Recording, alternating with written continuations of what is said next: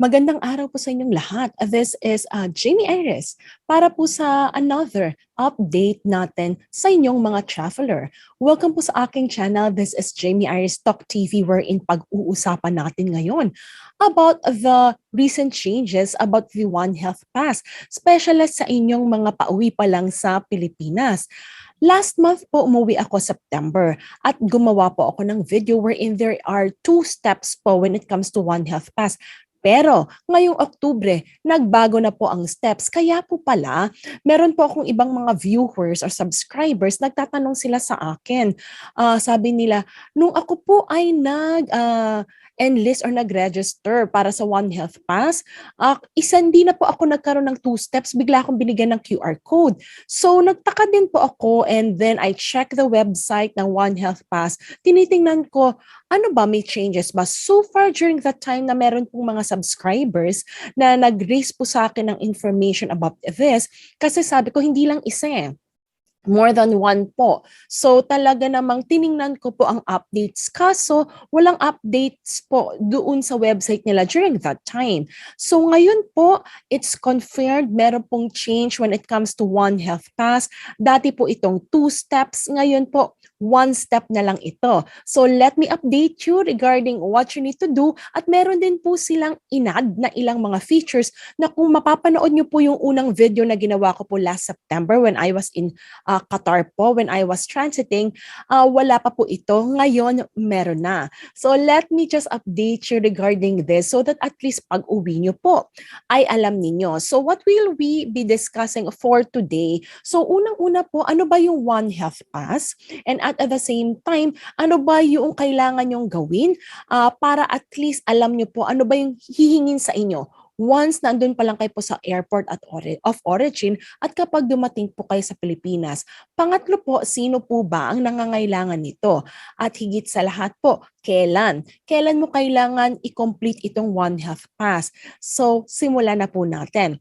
Una, ano ba itong One HealthPass?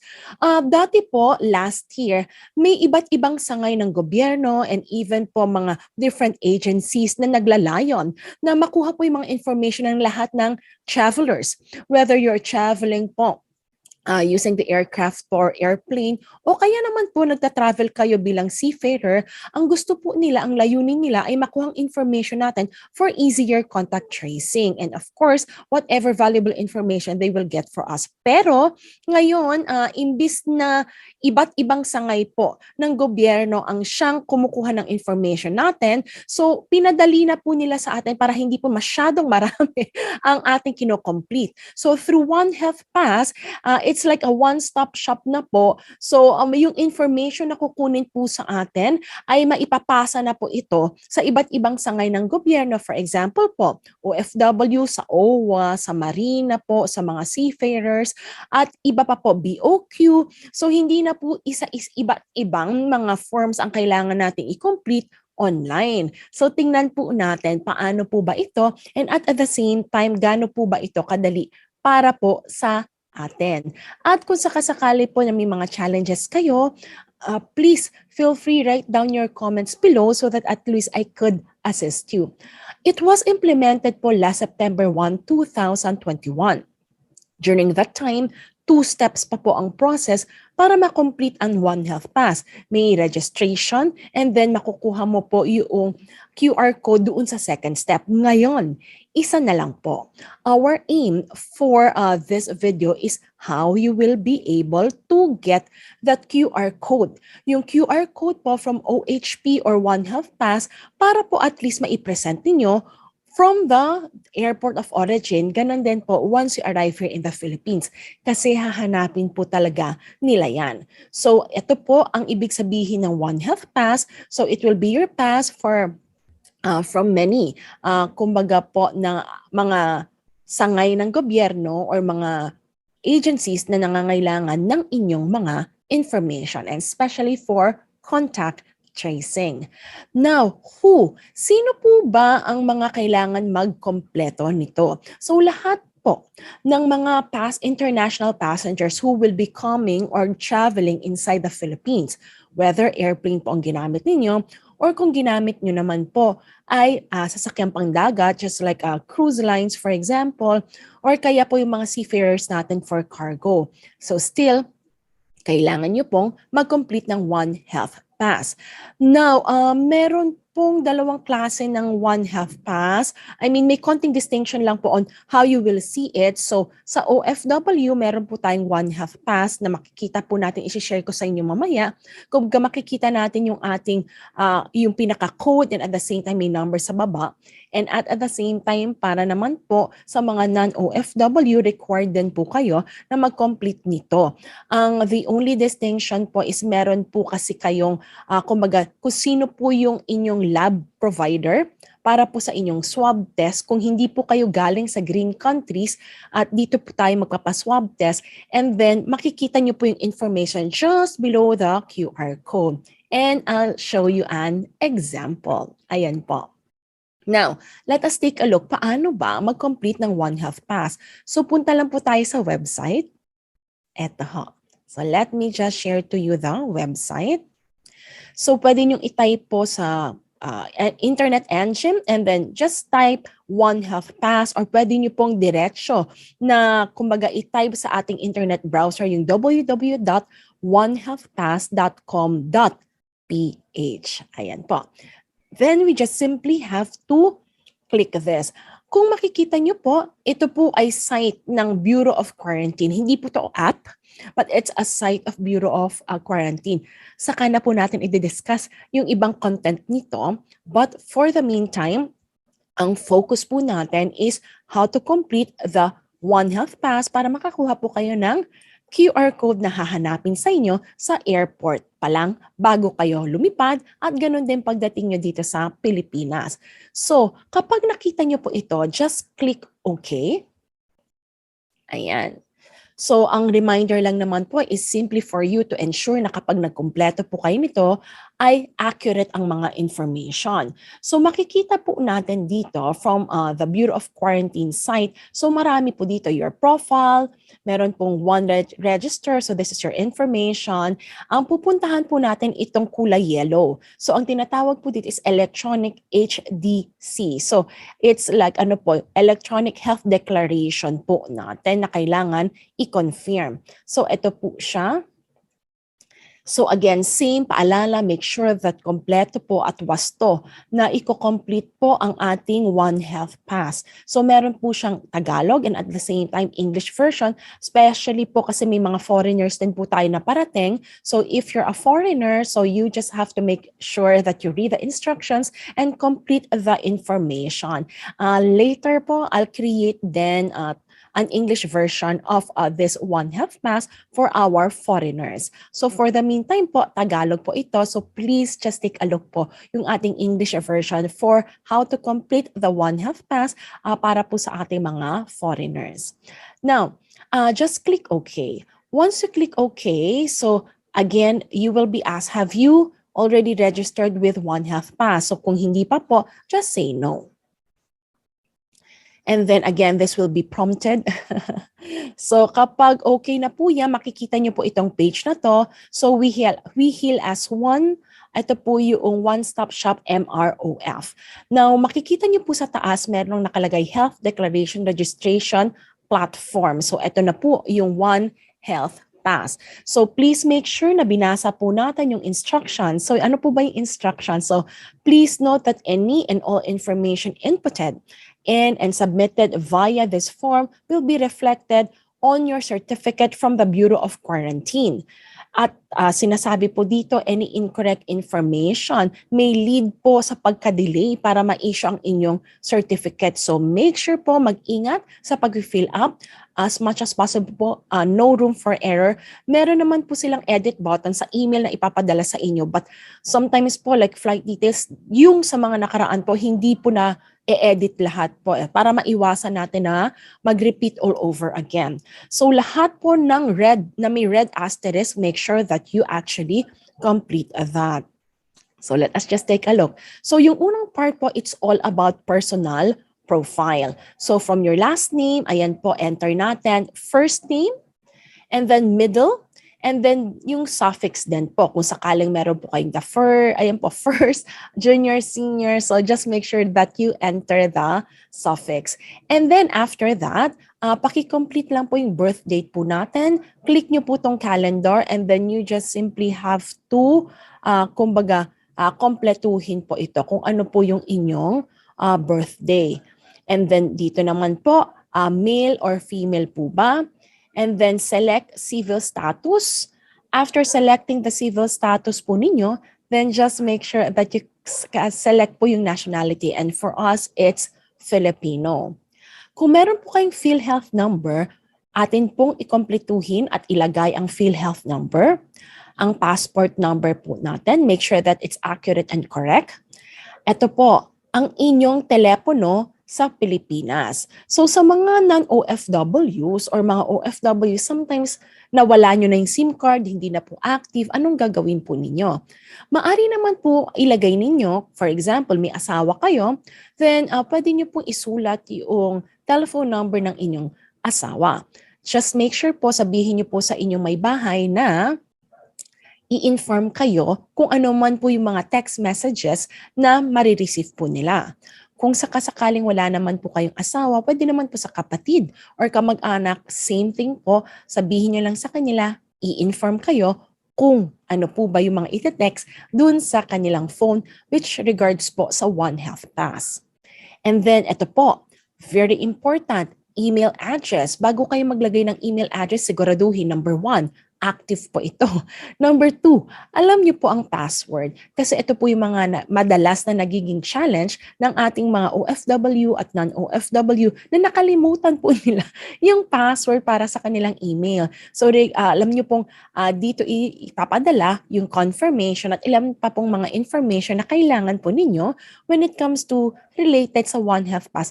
Kasama na po ang inyong QR code. And then after that, isulat nyo po, sino po ba yung maaring reference nyo na kamag-anak po o next of kin? And then anong relationship nyo po dito? Ako usually po yung mother ko ang nilalagay ko. And then ano yung contact number? Pwede pong landline or kaya mobile phone. And then ano po yung kanilang address as your reference po. Pagkatapos nyo makomplete ang personal profile po ninyo, ito naman po ang ating i-complete, ang ating residence details. Ang maganda po dito, pinasimple na po nila. Yung dati po kasi meron pang, merong current address, may permanent address. Ngayon po, kung saan na lang po kayo tutuloy pagkatapos po ng inyong quarantine. So it's much more simplified at hindi na po nakakalito para po sa inyo. So sabi dito, this address must be your address where you will go home and continue your quarantine period. So yan po. So pakisulat lang po ang house number, lot or building number.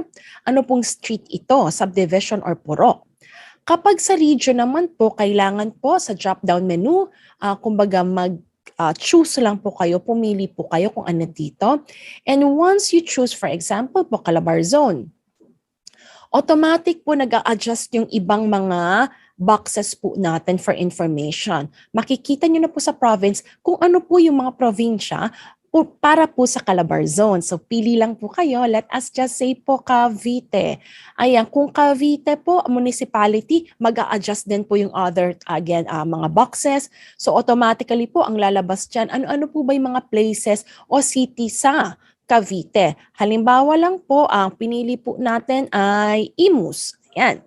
Kung Imus po ang ating pinili, pili lang po kayo ng barangay. So, nag-a-adjust din po. So, as you select po from each boxes, magko-customize yan para at least magna-narrow down po hanggang madali niyong makita kung saan place kayo tutuloy. So, pili lang din po kayo. For example lang po, ayan, kung alin po ba sa Imus ang pupuntahan nyo. So, let us just say Medisyon. Ayan, Medisyon 2C. Ayan. So once you have that, at least kompleto na po tayo. You can now complete the travel details kasi tapos na po kayo sa residence details. Again, make sure kompleto po ito and at the same time accurate. Sa travel details naman po, ito ang ating kukumpletuhin.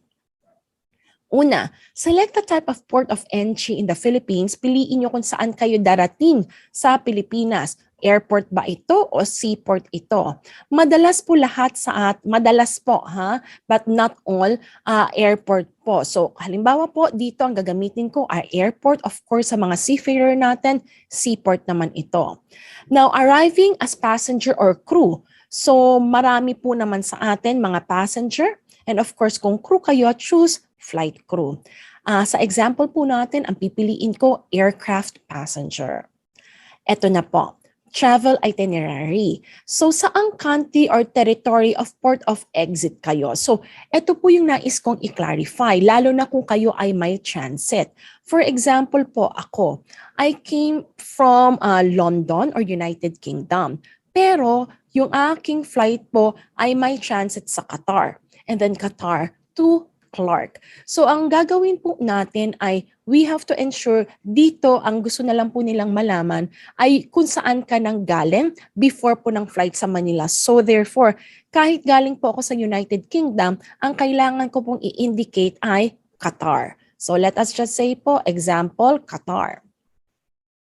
Ayan, so hanapin po lang natin. Dito alphabetically arranged naman siya. So madali naman po siya na makikita. Okay, great. So we have to ensure that we choose what country ito. So in my situation po, since I transited in Qatar and this is the flight before the Philippines po, so I will choose Qatar. City of port of exit. So saan sa Qatar? Doha po. Ako galing. And then airport or seaport of arrival. So sa Clark International Airport po ako galing. Now, anong pangalan ng airplane? So in my situation po, yung pangalan ng airplane is Qatar Airways. So kung sakasakali lang po na wala po dito sa choices yung inyong airline, so try to choose na lang po others. Flight number, so ayan, sasabihin naman po kung anong flight yon. So ito po yung flight ko. And then enter nyo lang yung specific flight number. Sa akin po kasi naka-automatic na po. So since yun po yung maganda dito. Dati po kasi I have to indicate pa. Pero ngayon ang nakita kong kagandahan, so pag sinabi mo Qatar Airways, so lahat lang po ng flight papuntang Manila, nilagay na nila. And you just simply have to choose. So less room for error. That's good. That's good. And then date of departure po. Kailan kayo lumipad? So sulat nyo lang po. For example, lumipad kayo, halimbawa ngayon po, ayan, palipad kayo mamayang gabi. Kailan po pala? Ayun pala, hindi pa natin nasagot kanina. When do you have to complete this form? You have to complete this form actually po 24 hours before your flight. Hindi po 3 days katulad po ng Red Cross e-CIF. Bakit? Kasi po ang sinasabi po nila para dun sa iba, nagkakaroon daw po ng expiry at yung iba na nag-fill up ng 24 hours in advance, pinaulit po sila. In my situation naman po, I completed it more than, at least 1 or 2 days before nung ako'y lumipad, hindi naman po nag-expire sa akin. But, meron pong iba, recently lang po, nag-expire na po sila, yung kanila, kapag more than 24 hours. So, just to be sure, make sure na i-complete mo lang na 24 hours po ito. So, what does it mean? Kung gayon po ay October 24, di ba? At ang flight ninyo, let us just say October 25, 1 p.m. So, pwede na kayo mag-complete ngayong October 24, 1 p.m. So, ganun lang po, 24 hours. So, just write it down. For example po dito, halimbawa, departure nyo po tomorrow, 25. And then, date of arrival sa Philippines, ayan. Let us just say same kasi 9 hours lang naman yon. So, ayan, 25 din. And then, ano man po, kung naka-generate na po kayo ng seat number, okay lang po yon. Isulat nyo na kung nakapag-online booking na po kayo para sa inyong airline or inyong flight. Pero kung sakaling hindi, naku, anong gagawin ko, Ms. Jamey? So, huwag kayong mag-alala kasi wala naman siyang asterisk na pula. So, pwede nyong hindi naman lagyan. And then, tatanungin kayo dito, with ongoing COVID-19 community transmission, so sa UK, ang answer dyan ay yes.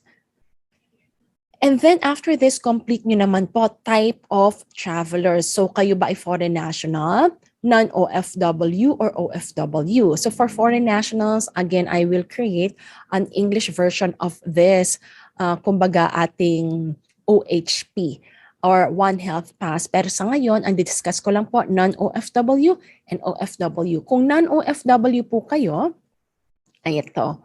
Ito po yung lalabas. So, ang lalabas po dyan is category. So, anong category nyo po ba? Madalas, returning resident. Pero kung sakaling meron pang ibang classification po kayo, please just choose it so that at least you could actually get the, or you can give the accurate information. Ayan. So, and after that, again, specify kung sakasakaling kailangan nyo pa mag-specify, pero kung hindi naman, it's okay. Hindi naman po ito may red asterisk. And then, syempre, since non-OFW kayo, it is required na prior your flight, meron na po kayong booked hotel. So, pili lang po kayo dito. And again, kung sakasakali po wala dito yung information, ayan. Ayan po.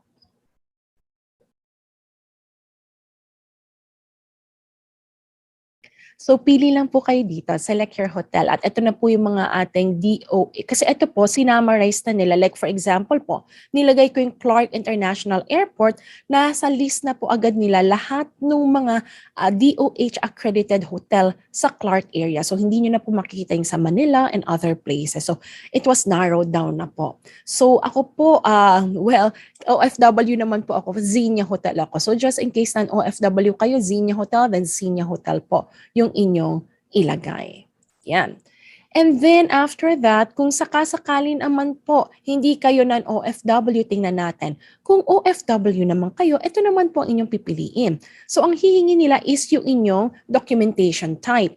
So yung documentation type is, syempre kung kayo po ay enlisted sa OWA at sa kumbaga po sa POEA, documented po. Yung undocumented is lumipad ka sa Pilipinas and wala ka pong documentation, so magiging undocumented ka. So just type down kung ano po ba or select kung ano po yung inyong classification. Ano po yung inyong trabaho, occupation? Land-based ba or sea-based? Ayan. So ako po sea-based ako. Yan. And then, are you vacationing? Are you a vacationing OFW? Yes, kung ikaw ay nagbabakasyon. Ako po kasi, kumbaga, kung repatriation ka na, ayan. If it's repatriation, nawalan ka ng trabaho, or like for me po, nag-resign na po ako sa trabaho ko and I will be focusing full-time po as a businesswoman and a vlogger. So, no po ang aking magiging sagot. Ang employer's name, so since bumalik ako as a seafarer, so lalagay ko po yung pangalan ng employer ko. Yan. And then after that, vaccine information. So yun po ang type of traveler natin. And yan po ang mga information na kailangan sa inyo as a traveler. So make sure that kompleto po ang inyong information. Now, next one, vaccine information. Ano po ba yung kailangan nyo sa vaccine information? So, you simply have to indicate, have you been vaccinated for COVID-19? So, make sure kung kayo ay vaccinated, ilagay po natin ha. Kasi dito po i-determine yung length of stay po ninyo sa hotel. Meron pong ilang mga kababayan po natin vaccinated sila, kaya lang hindi nila nakompleto ng maayos ito. So, hindi po sila nag-grant nung shorter po na term ng quarantine. So, for us, eto, ako po na-vaccinate ako. So, have you been vaccinated? Yes is the answer. So, kailan yung first dose? So, click po natin, date of first dose. Example for me, ako po ay June 10. Yan. So, June 10, name of vaccine. So, in my situation po, it's Pfizer. And itong batch of first dose, disregard nyo na lang po to, wala namang asterisk po. Saang country ka na bakunahan ng COVID-19 vaccine? So, ako po sa United Kingdom. Ayan. So, pili lang po tayo, United Kingdom. Region of health facility. Now, in my situation, ito po, Ang maganda rin po kasi dito, at least wala na siyang asterisk. So, wag nyo na pong piliin, wala na po kayong pipiliin dito kung iba sa ibang bansa. Kasi kung makikita nyo, lahat po ito ay sa Pilipinas lang. Same thing din po dun sa vaccination center facility. You don't have to complete it just in case you don't know what's the answer for this. And then, ito, first dose adverse events, meron ba? Kung meron, yes. Kung wala naman, no. Ayan, kung yes, usually just have to enter the details here. Second dose, lagay nyo lang po yung second dose ninyo. So same thing sa akin, that was August. August na po ako nagka-second dose, so August 4. So August 4 po, and then after that, vaccine, same, Pfizer pa rin po sa akin. Leave the batch of second dose, and then country where I was vaccinated, so United Kingdom po sa akin. Yan. Pwede rin naman kasi yung iba po ang nangyayari, na bakunahan po sa isang country and then sa ibang country po yung second dose. So that's why they're asking for it. In my situation po, same country naman siya. So leave the region of health facility kung hindi ka naman sa Pilipinas na vaccinate. Pero kung sa Philippines ka, then kumbaga choose one. And then again, second dose adverse events kung meron or wala. And then kung meron, just put a remark on it. And yan na po, nakompleta na po natin yung details about your vaccination. Ito po ang bago, wala po to dati. Since meron na po tayong mga shortened quarantine at tinitingnan po talaga nila kung kayo ay vaccinated. So ito po tayo, upload vaccine card or certificate. So kung meron po kayo, paki-upload lang po. Ako meron akong certificate, so that's from the United Kingdom. So I will simply have to upload it. In my situation po last month, hindi naman po to hiningi. Wala pang ganitong option. Pero ngayon, kayong mga parating, so just make sure i-upload nyo po yung details at kung sakasakali by that time na umuwi kayo, kung green country man yan, lalo na ang green country kapag shorter po kasi ang duration ng quarantine, kapag kumbaga po ating mga galing sa green countries at yung iba nga po from green countries, pagdating nila dito kung may swab test, hindi na po kailangan po mag-quarantine sa hotel facilities.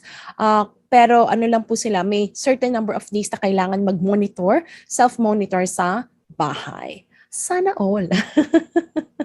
Pero po again, what is important po is ma-indicate ninyo ito kasi kung galing po kayo sa yellow country, so usually pag vaccinated po kayo, 5 days lang naman po. Kumbaga ang inyong bago ka maswab, so 5 days lang po, and then by the 6th or 7th day, pag lumabas na po yung inyong resulta, you can actually go home already. If you're not vaccinated, so 7th day pa po, kayo mava-vaccinate, and then 8th or 9th day, doon pa lang po ibibigay po yung inyong resulta, and then pwede kayong maka-uwi. And again, self-monitoring lang po hanggang 10 days. Yan.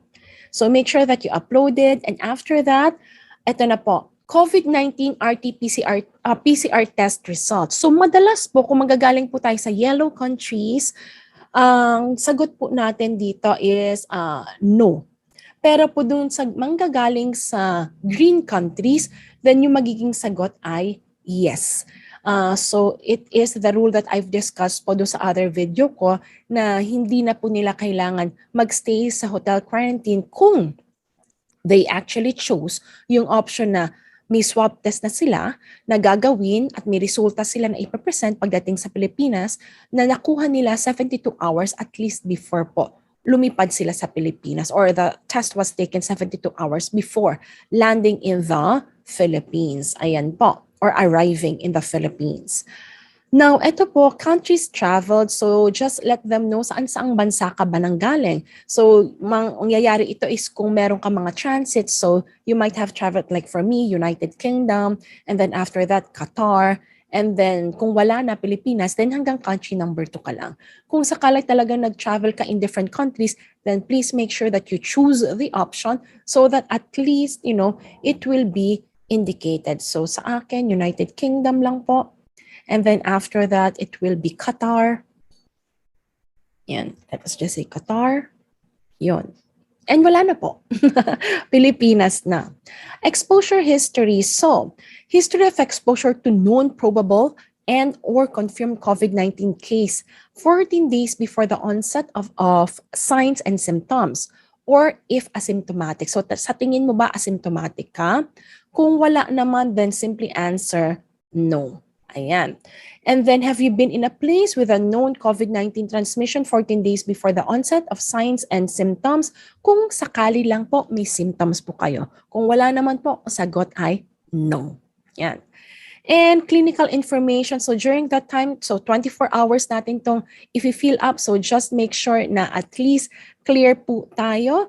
And at the same time, i-indicate naman po natin kung ano yung ating nararamdaman. Ito naman po, para sa clinical information. So tatanungin kayo, have you been sick in the past 30 days? If your answer is yes, then choose nyo lang po kung ano po yung sakit po ninyo o nararamdaman nyong karamdaman. Kung sakasakaling wala naman, like me, wala naman ako naramdaman, so my answer definitely is no. Do you have any other existing sickness or comorbidities that was not in the option? So pakisulat lang po dito.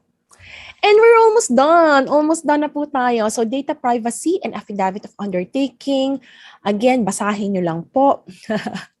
And then, kumbaga po, after that, kung nabasa nyo na po, I hereby attest that all information stated in this application are true and correct based from my personal knowledge. And you are fully aware that it can be subject for disciplinary action just in case any misinterpretation on your part. So, ingat lang po at make sure tama pong information. Ang CAPTCHA naman po, ito, so sulat nyo lang po, yan, ZYE4FP. So once you have completed that, what will happen is you just simply have to click submit. At once you click submit, makakakita po tayo, kumbaga po na generate na po yung ating QR code. Now once, ito po yung example. So once nakita nyo po yung example ng QR code, and after that, you will actually see ito pong ating QR code after your submission. Take a screenshot na po para at least kapag sa airport of departure po ninyo at sa arrival, papakita nyo lang po ito. So OFW, non-OFW, makakakuha po kayo ng QR code. So for non-OFW, makikita nyo po, halimbawa, PadLab po. So makikita nyo po yung inyong lab kung saan po kayo naka-schedule for swab testing. Tayo namang mga OFW, wala na kayo makikita kasi automatic naman Red Cross po ang magsuswab sa atin kasi libre po yun, hindi po tayo nagbayad. And this is the completion po ng ating One HealthPass. You are now ready to fly back to the Philippines. So just make sure po na meron po kayong screenshot copy niyan at huwag niyo pong iwawala. At again, just a recap. When we say One HealthPass, everyone who's going back to the Philippines are required to complete this so that all your information maipasa po sa iba't ibang sangay po ng gobyerno at agencies here in the Philippines na siyang responsible when it comes to ensuring po na masugpo po ang pagkalat ng COVID-19. And then who are required to complete? So non-OFW, OFW, whether you're coming from the green, the red, and the yellow countries. And then when? Kailangan nyo po ito i-complete 24 hours at least before your flight so that at least hindi po ito mag-expire. And again, how? So please ensure that you follow the step-by-step procedure that we have shared to you or that I have shared to you sa video po ito. So with that, everyone, kung sakasakali pong may mga katanungan pa po kayo, let me know lang po. Sulat nyo po sa comment box and then I will definitely make sure that I will try my best to help you out. So with that, everyone, mag-ingat po kayo sa inyong pag-uwi. Have a safe flight.